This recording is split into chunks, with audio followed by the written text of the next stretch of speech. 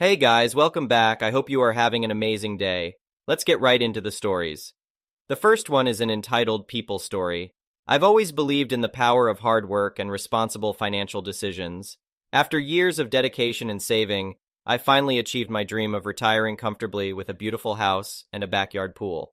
Meanwhile, my neighbor seemed to have a completely different mindset. He was younger than me, but had a reckless desire to get rich quickly and squander his money. Though I didn't particularly like him, I couldn't ignore the fact that he frequently shared his questionable activities with me. One day, he even offered to help me evade taxes by using his dubious methods. I promptly declined, opting for the straightforward approach of paying my taxes and leading an honest life. He also made several not-so-subtle attempts to sell me drugs, which was quite baffling to me. Weren't drug dealers supposed to keep a low profile? Despite his flaws, I didn't consider him to be an inherently bad person, just someone misguided in his pursuit of wealth. However, there was one thing that irked me about him: his evident jealousy over my pool. On numerous occasions, I caught him trying to sneak into my yard wearing swimming trunks, attempting to enjoy my pool without permission. Firmly and resolutely, I would chase him away, and he never put up a fight. While he did ask if he could host a party at my pool, I always denied his request. Surprisingly, he never persisted, so I couldn't quite decipher his character apart from his desire to acquire riches without putting in the hard work. One weekend, I embarked on a trip to visit my son, who had recently become a father. I didn't worry much about my property since I lived in a decent neighborhood and had installed security cameras. My son had even helped me set up an app on my phone to monitor any unusual activities remotely. During the final night of my trip, my phone alerted me of motion detected in the backyard. Assuming it was a raccoon, I didn't think much of it. Little did I know what awaited me upon my return. When I arrived the next day, I found my once pristine pool area in utter disarray. Empty beer bottles and drugs littered the ground, and the water had an unusual color, indicating alcohol had been carelessly spilled. Cups, plates, and even items of clothing were strewn all around. I promptly filed a police report and provided them with the footage of the party that I had captured on my phone. It was the final straw with my neighbor, and I decided to press charges against him for trespassing and property destruction. As expected, he was obligated to pay for the damages, but with the extent of the destruction, I doubted he would have much left. Moreover, the presence of drugs in the video prompted the police to obtain a warrant and search his house, leading to the discovery of a significant quantity of narcotics.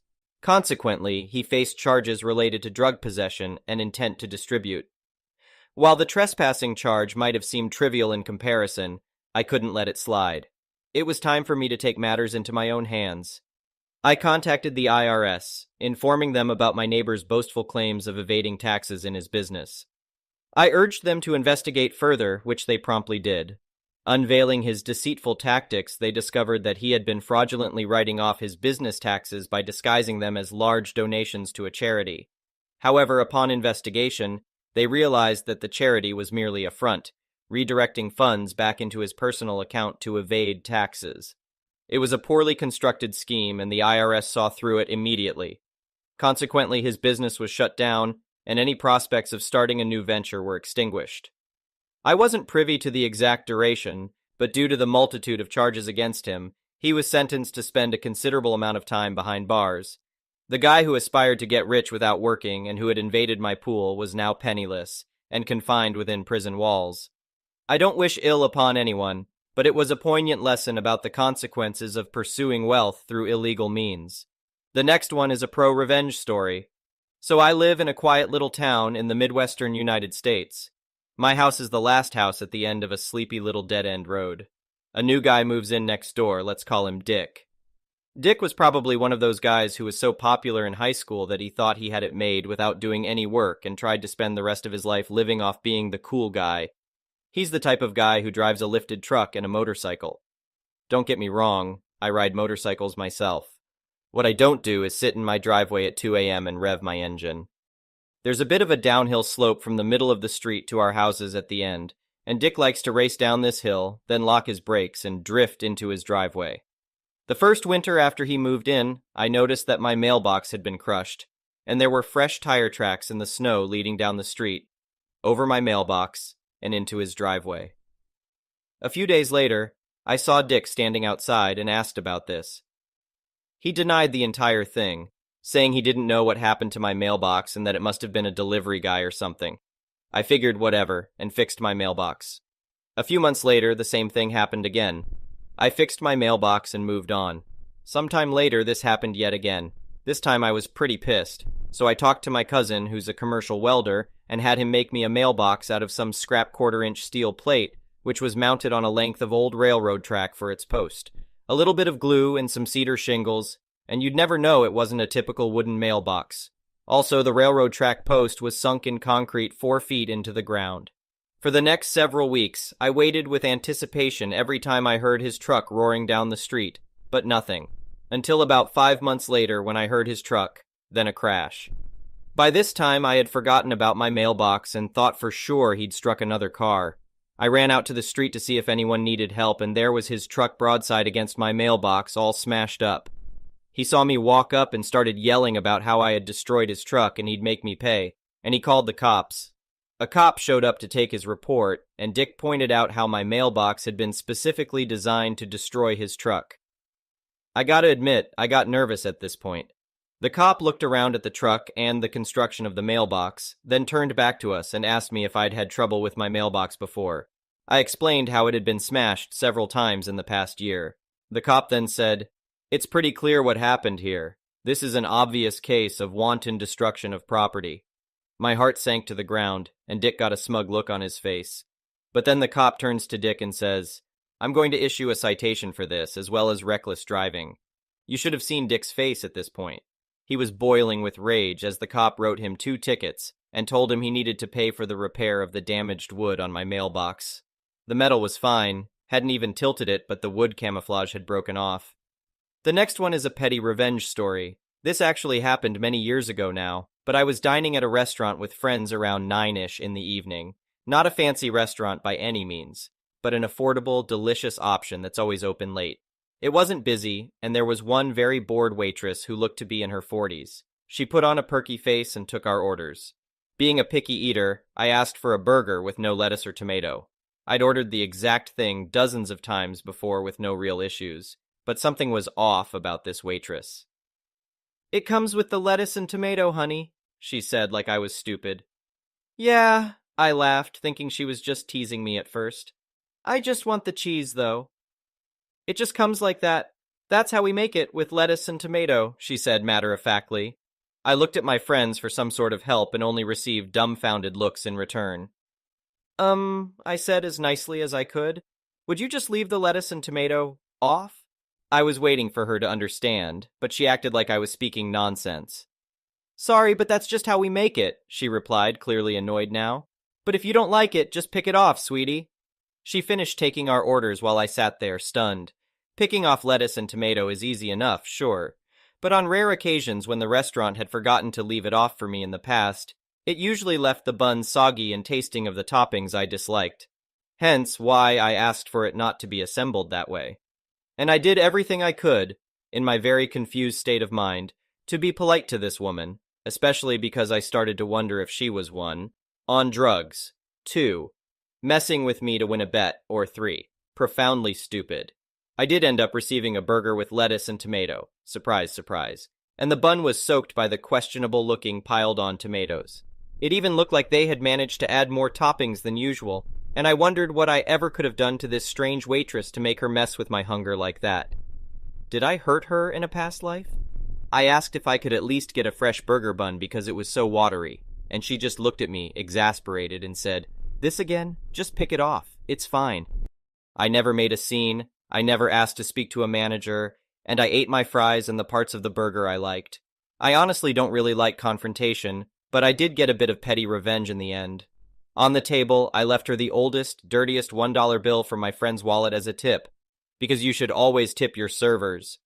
But I put the lettuce and tomato on top of that nasty dollar bill with a note saying, "Just pick it off, sweetie." I wish I could have seen her face. The next one is a malicious compliance story. So this happened a few years ago. I was a union delegate at a large firm. We had a manager called Karen. I've written about her before on this subreddit, who was appointed to her role by a director of the company.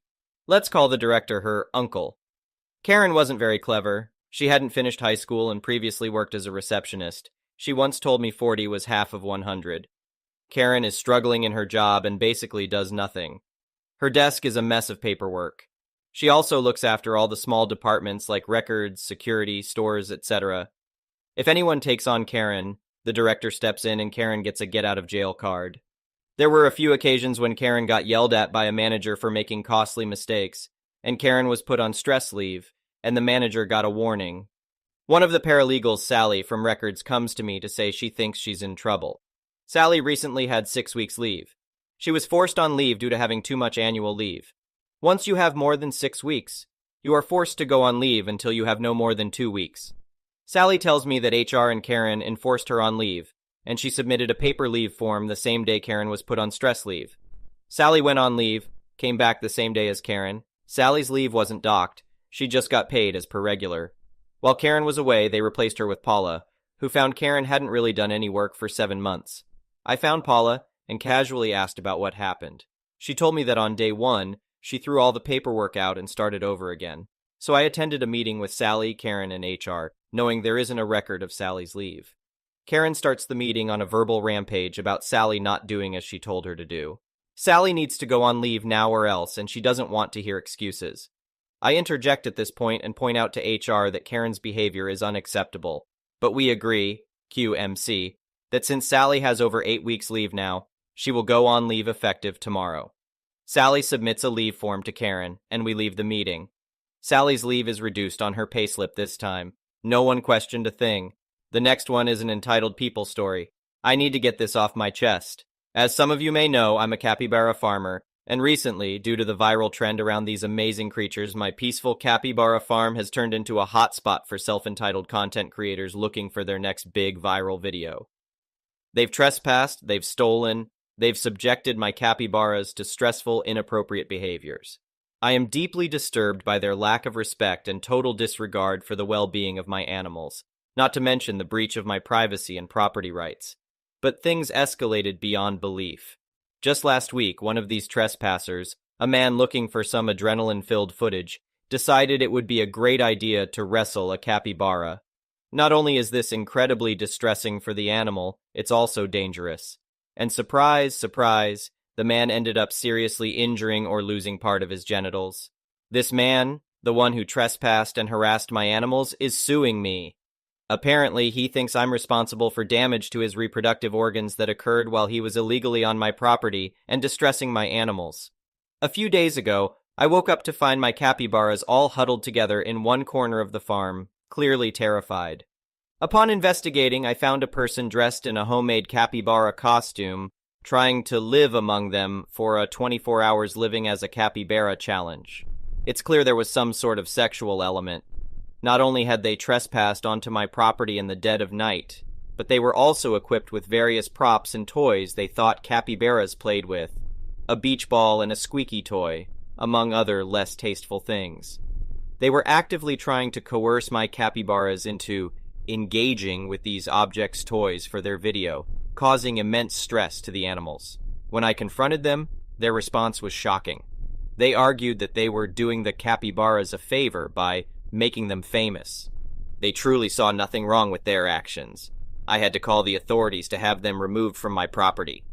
The disrespect for private property, the welfare of animals, and basic human decency has been simply mind-boggling. The next one is an entitled parents story. I argued with my husband about whether or not to post this because I'm pretty sure this will make the local news, and I didn't want to burn this account just yet. But he won RPS, so here we are. Prepare yourself. This story has layers. We were at the dreaded big box store picking up potting soil because we're going to DIY ourselves through the isolation. Things aren't crazy here, yet, but there is a 2 per customer limit on a majority of items. I assume this means everything, so we're getting 2 bags each of a few different types of soil. My husband is loading the last of 8 bags on our cart when I hear her. I know it's a Karen just by the level of unnecessary outrage in her voice. Karen, are you kidding me? Not a lot of people out here in the garden center, but we all look to her. I was almost disappointed to see she didn't come with the requisite haircut. She actually looked like a frazzled mom, her kid tugging on her hand and an overfull handbasket of groceries. And I had a moment of, girl, I feel you. But damn it, she was pointing at us. Karen, you can't buy that many. You are hoarding. My husband. Yeah, we can. We're getting 2 each. Karen. Oh, you don't fool me. I know what you're doing. My husband. So do I. Duck off. I'm just sitting there imagining all the ways I'm going to rock his world tonight. Well, Karen huffed at that, spun around, and yanked her kid back inside to go complain to the employee working the register nearby. Now we already paid for our items. The employee had come out and scanned the bags earlier, and he could easily see our cart from inside. So, being finished, we pushed the cart out of the garden center into the parking lot. And then the automatic doors open behind us, and I hear, now they're stealing. Juice, great.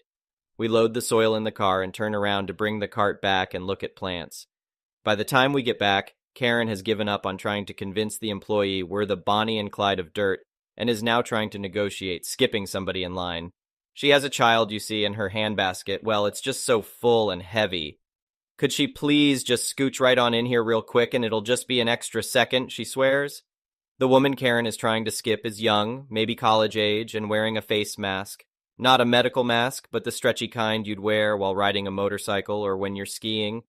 My husband has just informed me it's a neck gaiter. The mask is black and has scary wolf teeth on it that honestly made the girl look like somebody you should not mess with, even though she was wearing a Gap t-shirt and flip-flops. Mask girl is just shaking her head no, and that's all I got as we dropped off the cart. I browse, pick up a couple plants, and we head inside to wait in line. Now it's showtime. Karen and Mask Girl are near the register facing off, no pun intended. From the looks of things, Mask Girl finished her purchase, and Karen stopped her before she could leave. I don't know if she grabbed her or anything, but Karen was still holding her full handbasket, so she hadn't checked out yet. Well, she hadn't paid for her groceries yet, because clearly this woman had checked out. Karen, but you don't even need it now, you're leaving. My son could get sick because you won't give it to him, and he needs it. Mask Girl, hell no, you can't have it. Back off, lady. Karen, but my son really likes it, and it's obviously made for boys anyway. Why would you even want to wear something so scary? Mask Girl, because I like it, and it has my germs on it. Why would you put a stranger's mask on your kid? Karen, oh, why are you being so rude? You wouldn't let us go through the checkout first, and now you're making my son very upset. Mask Girl, your problem, not mine. And then Mask Girl turns to leave while Karen manifests the biggest balls ever and grabs Mask Girl by the back of her mask. Let me make a side note here. When all of this is going down, we're all just standing in line and watching. The register is still going boop, boop, boop as the employee scans items, but otherwise, we are all just inside this hypnotic bubble. But when Karen reached out towards Mask Girl, it was like the bubble popped and made everything crystal clear. Not slow-mo or anything, but I absolutely felt hyper-aware. Like Spider-Man. Karen reaches out. People on both sides of me inhale loudly. Karen grabs the mask and yanks. A lady on my right yells, and my husband steps forward, so getting laid tonight. Mask Girl tucks her head down and she turns to Karen like a pissed-off bull with a bright and shiny new target. I think Karen was going to say something like, "Don't walk away from me" or something, but all she got out was, "Don't crack." I looked around because the noise was so loud I figured the roof was about to cave in, but out of the corner of my eye I see Karen spasm and drop to the floor writhing. Little Miss Mask Girl had a ducking taser. I don't know when she pulled it out, this tiny little flashlight-looking thing, but she laid Karen out with it, and not one of us moved for what felt like forever, like we were frozen. And then it was ducking bedlam. A security guard shows up, more employees show up, Mask Girl is chilling like she's been through this before and knows what comes next. The kid is screaming that the wolf girl killed his mom, even though she's groaning and sobbing on the floor and clearly not dead, but maybe wishing she was. The people that had been in line with us were all talking at once, trying to tell the security guard what happened. We hung around just witnessing the insanity for maybe 2 minutes, before Karen started choking out demands for an ambulance, the police, a lawyer, the mayor, restitution, and reparations. My husband made eye contact with an employee and got a thumbs up when he put the plants on a shelf and pointed towards the door. We got the duck out of there. We drove home in silence until my husband parked the car in our driveway, and then we just burst out laughing. Neither of us has ever seen anything like that before. We live in a small beach town. People are super laid back and mellow. Karen was anything but, and I hope to never see her again. The next one is an entitled parents story. I was traveling on my city metro. It wasn't very crowded at that time, but all the seats were occupied. Nonetheless, you could freely stand without being bumped by a stranger. There was this kid sitting in the reserved seats, the ones for people with disabilities, pregnant women, and the elderly. Definitely not for moms of 2-year-olds. He was probably 14 or 15, I don't know. He is the hero of the story here. Then at one stop, our entitled mom comes in. She has this cute little child who is trying to keep up with his mom's pace. Entitled mom instantly notices our hero sitting in the reserved seat and just stares at him. I guess this was her way of making people automatically give up their seats or something. The kid didn't move, though. This probably irked entitled mom a lot, I guess, because she moved towards the kid with heavy steps. She comes near him, stops, and again stares. The kid doesn't budge. Then she starts screaming. If she didn't have the whole compartment's attention earlier, she had it now. She starts berating the kid for sitting in a reserved seat and not giving it to someone more deserving like a mother herself with a young kid. I don't know what her logic was. The seats aren't reserved for them anyway. She just keeps shouting and screaming and tries to get others' opinions on it, and for a while people were on her side.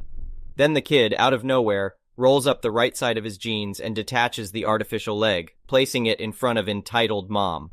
The look on her face was priceless. It looked like she was mortified and embarrassed at the same time. She just backed away silently and got off at the next stop. I don't think that was her stop. Thank you for watching. I would really appreciate it if you could like the video and subscribe to our channel if you haven't already.